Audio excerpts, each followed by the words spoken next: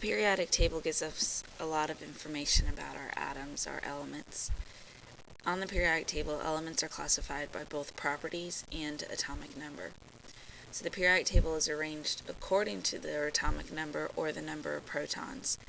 And then their groups or families are arranged with similar properties. So that everybody in group 1, the alkali metals, all have the same type of properties.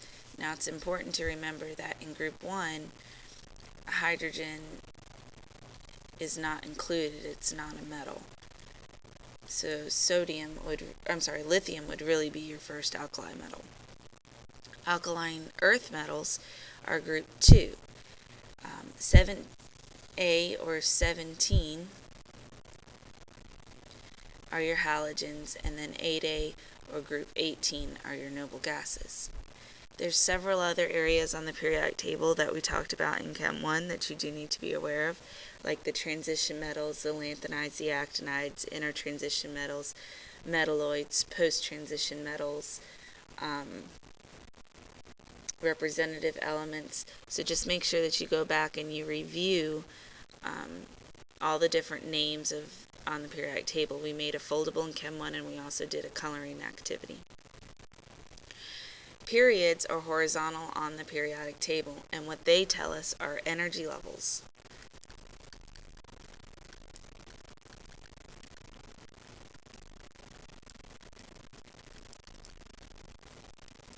So those elements in the same period have the same number of energy levels.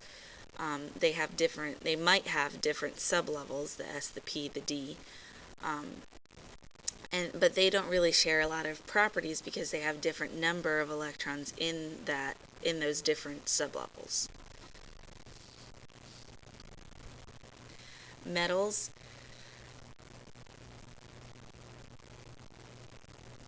are elements that can conduct heat and electricity. They're malleable, they're ductile, they have luster, they tend to lose electrons, and they're to the left of the stair step.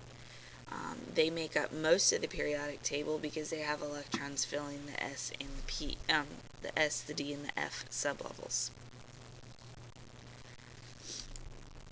Nonmetals tend to gain electrons. They're not good conductors of heat and electricity, so they're good insulators. They have high ionization energy, and they're to the right of the stairs. A metalloid has properties that are in between metals and nonmetals. They're semiconductors, and they're found along the stairs. The only element that touches the stair step that's not a metalloid is aluminum. Aluminum is just a regular metal. There's nothing really special about it.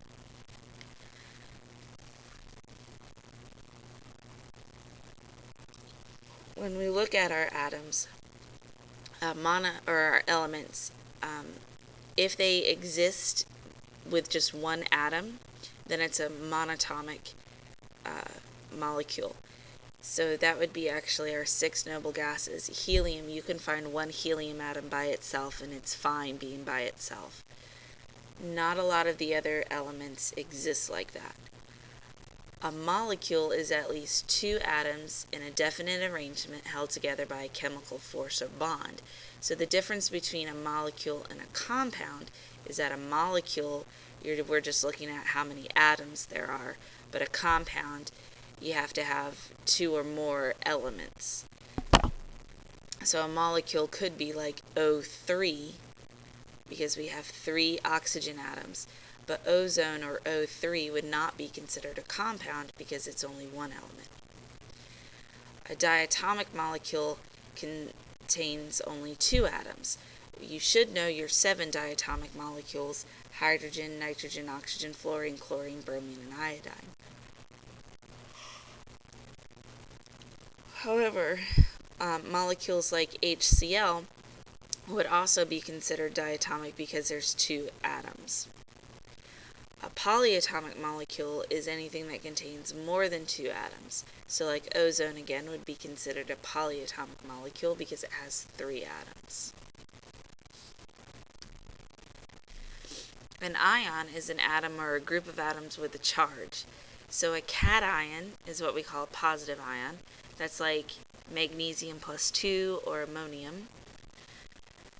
An anion is a negative charge, like chlorine minus 1 or sulfate. An ionic bond, then, is the force of attraction between those two oppositely charged ions. You can have a monatomic ion, like the magnesium and the chlorine, or you could have polyatomic ions, like the ammonia and the sulfate. Remember, you need to know those polyatomics, and hopefully you've memorized them over the summer. There are several different types of chemical formulas. The molecular formula is the exact number of atoms in each element in the smallest unit. An allotrope is one of 2 or more distinct forms of that element. So, for example, carbon, if it's a tetrahedral structure, is diamond, but if it's layered and octahedral, then it's graphite. So carbon, while it's the same element, has 2 distinct forms. An empirical formula is where the elements are present in the simplest whole number ratio. So it's not necessarily saying how many are actually there, but just the reduced form. So the molecular formula, again, is a multiple of the empirical formula.